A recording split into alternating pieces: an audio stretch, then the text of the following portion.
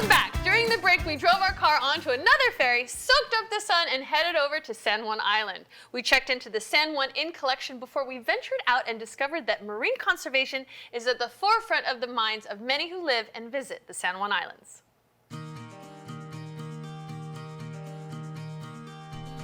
When arriving at San Juan Island, you were immediately greeted by Friday Harbor and its picturesque downtown. We checked into the San Juan Inn collection, part of the Washington State Association of Bed and Breakfasts. The charming suites are well suited for any stay on the island, and after getting settled in, I went to explore the many sights just outside my door before heading over to meet Nikki at Coho, where we spoke with Chef Tim Payne about how he has made the menu to reflect his values about sustainability.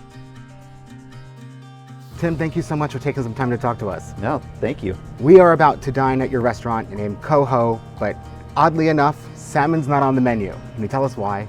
Well, our resident orca whales feed on coho salmon, and we made a decision a few years back to no longer serve it. So it's an honor to what is our native fish as opposed to what's on the menu. We just thought from a sustainability and from an eco perspective. And it was a hard decision to make. We faced resistance, and people who are from out of state come and they're like, there's no coho on the menu. And so we commonly have to answer that question. Now you do have a seasonal menu as well.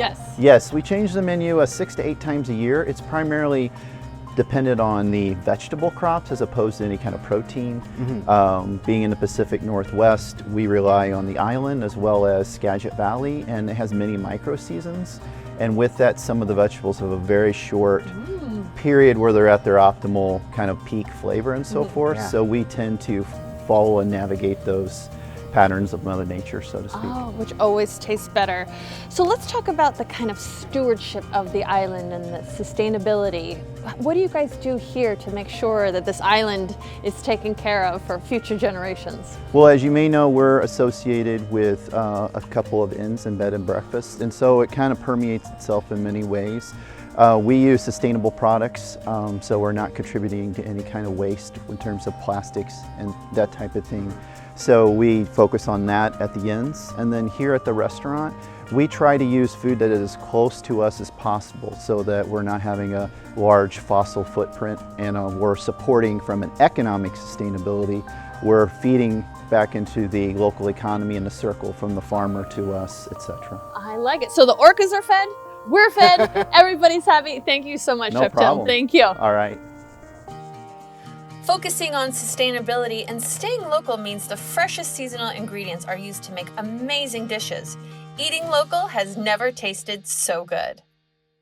After dinner, we headed over to Jackson Beach Park to learn a little bit about how to responsibly enjoy the local marine wildlife.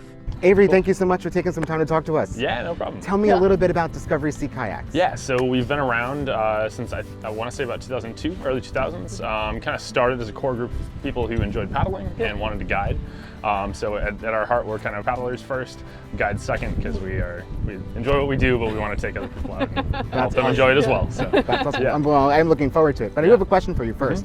Why should visitors and residents keep at top of their mind preserving the islands? Yeah, so I think of it kind of like when you visit any place you're a visitor to. You don't live there. You may not know the local customs or anything, or what's going on in an area, and being respectful of knowing that you're stepping into someone else's place or a different ecosystem helps to keep it the way it is, and the whole reason why you went there. But what brought you there? You probably want to keep that the same. You probably don't want to change it. Yeah, make it. We said this before, but make it almost as if you were never there. Yeah. Don't leave a trace. Yeah, leave no trace would be a great framework for that. Okay, so. Avery, I heard about this phrase called being whale wise. Yes. How can we be whale wise? What's that all about? Yeah, so there's a number of different pieces of legislation, both national and state-wise, that apply to marine mammals, and more specifically the southern resident killer whales. So as you're paddling, you may encounter marine mammals of all sorts. So whale-wise, but also having to do with any creature in the ecosystem that we're in. But specifically whale-wise, you have guidelines for rules for how far you can be from them, behavior around them. So if we are paddling and say we see whales, we're gonna paddle inshore. Okay. We're going to raft up in some kelp and observe them from there. We're not going to try to join them or get any closer. We're going to be respectful. Right. Yeah. So have you guys ever seen bioluminescence before? And Moana. Moana. The movie. Oh, Moana. Yeah. So obviously right now it's light out, and we're kind of starting in the evening. So I always like to frame this as, you know, we're waiting for it to get dark. That's really when you see the bioluminescence. The guides at Discovery Sea Kayak were amazing, and gliding through the sparkling bioluminescent water was a truly magical experience. It was also a great reminder of how special the islands are, and made me understand why the residents are working so hard to keep them safe for the next 7 generations.